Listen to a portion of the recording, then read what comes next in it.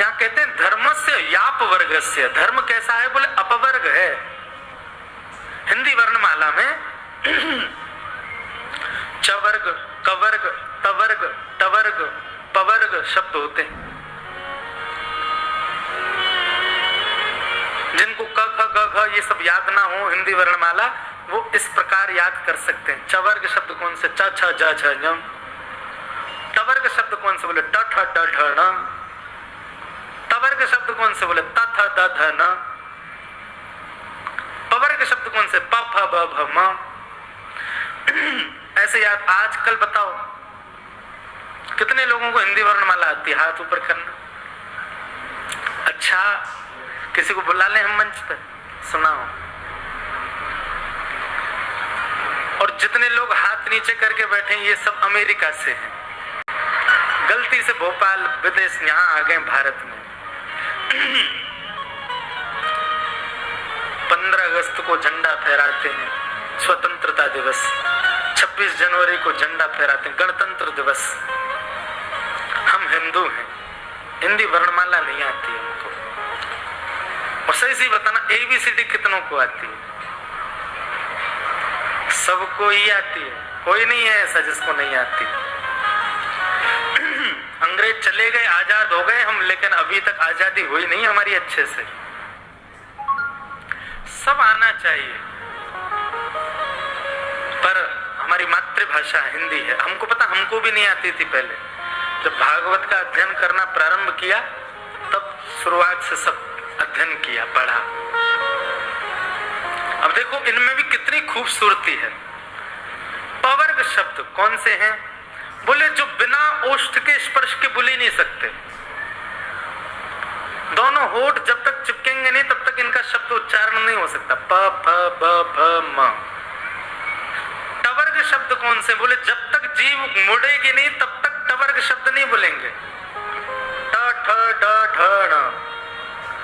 तवर्ग शब्द कौन से? बोले जब तक जीभ तालू पे स्पर्श नहीं करेगी तब तक नहीं बोलेंगे। त थ द ध न। चवर्ग शब्द कौन से? बोले जब तक दांत च छ ज झ न नहीं स्पर्श होंगे तब तक नहीं बोल सकते। इस प्रकार यहां पर कहा गया धर्मस्य आपवर्गस्य। बोले हिंदी वर्णमाला में जो पवर्ग शब्द हैं उन पवर्ग शब्दों को गिनिए। कौन कौन से हैं? बोले प फ ब भ म। धर्म कैसा है? बोले इन 5 स्थानों में की गई करने वाले धर्म से परे जो है वो धर्म कहलाता है। प यानी कि पाप, फ यानी कि फल, ब यानी कि बंधन, म यानी कि मृत्यु, यानी प फ ब भ यानी कि भय, म यानी कि मृत्यु। पाप करने के बाद आपको लगा कि अरे मुझसे पाप हो गया, अब इसका प्रायश्चित करना चाहिए। प्रायश्चित की भावना से जब आप मंदिर जाना प्रारंभ करते हैं, सोमवार का व्रत रखना प्रारंभ कर देते हैं, मंगलवार हनुमान जी को प्रसन्न करना शुरू कर देते हैं, गणेश जी पे दूर्वा चढ़ाना शुरू कर देते हैं। किस लिए? बोले मुझसे पाप हो गया। तो पाप के बाद जब आप मंदिर में प्रायश्चित की भावना से जाते हैं तो उसको धर्म में कभी गिनती नहीं की जाती उसकी। उसका पुण्य नहीं मिलेगा आपको। क्यों? क्योंकि वह पुण्य आपका पाप के प्रायश्चित में घट रहा है। और एक बात कहें, पुण्य की भावना से भी मंदिर जाना वह भी श्रेष्ठ क्वालिटी की भक्ति नहीं है। पुत्र से पुत्री से माता पिता का निष्काम प्रेम होता है, कोई कामना से थोड़ी होता है। ऐसे ठाकुर जी के प्रति कोई कामना नहीं। तो सबसे पहला पाप के बाद किया गया धर्म कर्म वो धर्म में गिना नहीं जाता। तो प, फिर दूसरा आता है फ, यानी कि फल की प्राप्ति के लिए किया गया भगवत भजन। किसी कामना से, हे हनुमान जी महाराज कृपा कर दो, क्या पीछे गली में एक कन्या रहती उससे मेरा ब्याह हो जाए। आप जितने दिन हनुमान जी पे लड्डू का भोग लगाओगे, हनुमान जी लड्डू तो सबरे पाएंगे, लेकिन बोले हम ब्रह्मचारी, हम ब्याह नहीं कराते। ये तो विनोद की बात है। पर आप किसी कामना से यदि ठाकुर जी का समीप जाते हो तो वह भी आपका धर्म गिना नहीं जाता, वो आपकी भक्ति गिनी नहीं जाती, क्योंकि आप कामना से जा रहे हो। घर बन जाए, बेटे की ये जॉब लग जाए, ये हो जाए, वो जाए, सब कामना, वो धर्म कभी गिना नहीं जाता। वैष्णो देवी गए, क्यों गए? पुत्र हो जाए मैया हमारे घर, एक पुत्र संतान की प्राप्ति हो जाए, वो धर्म नहीं गिना जाएगा। आप निष्काम भाव से बिना किसी कामना से जाओगे तो माना जाएगा। हाँ, उस यात्रा से पुत्र रत्न की प्राप्ति जरूर हो जाएगी आपको, लेकिन वो धर्म में नहीं गिना जाएगा, वो भक्ति में नहीं गिना जाएगा। तो पाप के बाद किया गया भजन नहीं गिना जाता, कामना से किया गया भजन नहीं गिना जाता। पाप प फ फिर आता है प, यानी कि बंधन। बंधन मुक्त या बंधन युक्त होने के लिए क्या, ये भी एक कामना है, मुझे उसके साथ मेरा संबंध हो जाए, कामना, मेरा उससे संबंध टूट जाए, उससे ऐसा हो जाए, मेरा ये प्रपंच चल रहा है जीवन में ये नष्ट हो जाए, हे हनुमान जी महाराज ये करें वो करें। कई लोग तो इसी चीज में ही रहते हैं कि हमको कुछ उपाय बताओ। हमारे पास लोग बाग मिलने आते हैं तो कई लोगों, उन लोगों में 2-4 लोग ऐसे भी आते, महाराज जी वो अभी नासिक में कथा थी तो एक माता जी आई, उन माता जी को पता नहीं मुझको देख के क्या लगा, उनको ऐसा लगा कि ये जो कह देंगे वो हो जाएगा। वो मुझको सीधे कहे, बोले वो राम की नौकरी नहीं लग रही है महाराज जी। मैंने कौन राम? अरे वही बीकानेर वाला। मैंने की कौन बीकानेर वाला? अरे उसका भुजिया का काम है। मैंने की भैया स्पष्ट बोलो ना मुझे। नहीं आप सब जान, आप बस बोल दो हो जाएगा। मैंने कहा हो जाएगा, बस बस बस इतना ही चाह रहे थे। फिर चली गई, फिर आई, सुनो राम के बड़े भैया की बेटी का ब्याह वो भी हो जाएगा ना? मैंने कहा हो जाएगा। मैं सुबह सुबह 4:30 बजे गंगा स्नान करने जाता तो मौन रहता था मेरा, मैं बैठी थी सिट्टी पे। बोले राम के पिताजी ठीक हो जाएंगे? मैंने हो जाएंगे, मेरा मौन ही टूट गया। अब मैं सोचूं कि मेरा मौन तो है, कहीं मैं लौट के जा रहा हूँ, इसने फिर कुछ कहा मैया ने और मैं मौन के चक्कर में नहीं बोला तो ये मैया बैठी रहेगी। बोले हो जाएगा, नहीं बोला महाराज जी ने। स्नान करके बाहर निकला तो वो खड़ी ही थी और मैं सोच रहा था ये मुझसे कुछ बोल नहीं देगा, मेरा मौन है, मैं बोलूंगा नहीं, मैं पहले ही तोड़ चुका हूँ, हो जाएगा।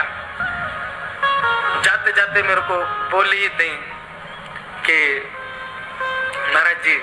मैंने कहा जी, बोल तो नहीं रहा था, जी कहो। बोले वो छोटी वाली के लिए संबंध आया है, हमारा इच्छा वहीं ब्याह हो जाएगा। महाराज जी बोलिए ना। मैंने मौन है, बाद में बुलवाना। तो कथा तक वो बैठी रही, जब मेरा मौन खुला तब मैंने कहा हो जाएगा, तो गई वहां से। तो कई लोग कामनाओं के साथ में रहते हैं, उनको कामना से ही उनका उसके बिना नहीं चलता। अभी किसी को बोलो कि तुम महामंत्र का जाप किया करो, हरे कृष्णा कृष्ण कृष्ण हरे हरे, हरे राम राम राम हरे हरे। बाहर निकले हुए महाराज जी को कुछ नहीं आता, यूं कह रहे नाम जपो। लेकिन उसी व्यक्ति को बोलो सुनो मंगलवार के दिन सुबह उठ जाना 4 बजे। अच्छा महाराज जी, फिर स्नान करना, कोरे वस्त्र पहनना, नए बिल्कुल, जी जी बिल्कुल।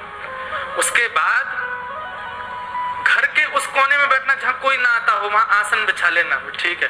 सामने बढ़िया 4 सफेद लड्डू रखना, सफेद ही हो, पीले नहीं होने चाहिए। जी जी जी सफेद रहूंगा। और फिर उनको रख करके उनके ऊपर एक एक लौंग चिपका देना। अच्छा, फिर उसके बाद में हरे कृष्ण कृष्ण कृष्ण हरे हरे, हरे राम राम राम, इसकी 108 माला करना। जो अरे महाराज जी आपने तो मेरा जीवन बदल दिया। बिना प्रैक्टिकल के आप सीधे बोल दो नाम जप करो, नहीं जपेगा। आज के समाज में ऐसा हो गया है, उसको कोई तंत्र बताओ, उसको कोई योजना बताओ, ऐसे ऐसे तुमको करना है, वो निश्चित करेगा उस काम को। काहे को प्रपंचों में पड़े हम लोग? ठाकुर जी के नाम से ज्यादा बलवान संसार में कुछ नहीं है। ठाकुर जी के नाम के आगे कुछ भी नहीं है। उनके नाम में इतनी सामर्थ्य। गोकोटि दानम ग्रहणेषु काशी, कहते करोड़ों गैयाओं को दान करने का जो फल मिलता है, ग्रहण के समय पर काशी में स्नान करने का जो फल मिलता है, माघे प्रयागे यदि कल्पवासी, माघ के महीने में कल्पवास यदि प्रयागराज में जाकर के करो, माघ के महीने में उसका जो फल मिलता है,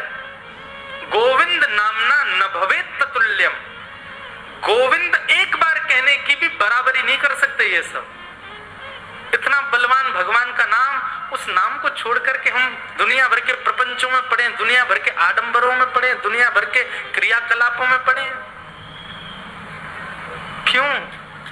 ठाकुर जी का नाम सबसे बलवान है, उसके आश्रित हो जाओ। तो पा यानी कि पाप, फ यानी कि फल, ब यानी कि बंधन और म यानी कि मृत्यु। मृत्यु के भय से किया गया भजन, या फिर मृत्यु समीप आ रही हो उस समय किया गया भजन, ये भी धर्म में गिनती नहीं होती इसकी। जीवन भर तो खूब ऐशो आराम किए, जब बुढ़ापा आ गया अब चला फिरा नहीं जाता। मंडी द्वीप में कथा चल रही, मुझे मां छोड़िया लाला, अब आने से क्या फायदा।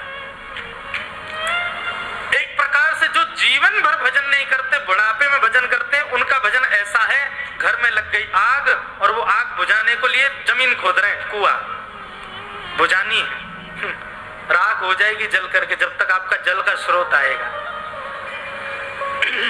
युवावस्था से भजन करो। मृत्यु प फ ब भ म, ये पवर्ग है। इन 5 स्थानों पर किया गया भजन उसको श्रेष्ठ नहीं माना जाता। इस प्रकार हमारे शास्त्रों में श्री सूत जी महाराज कह रहे हैं, वृंदावन प्यारो वृंदावन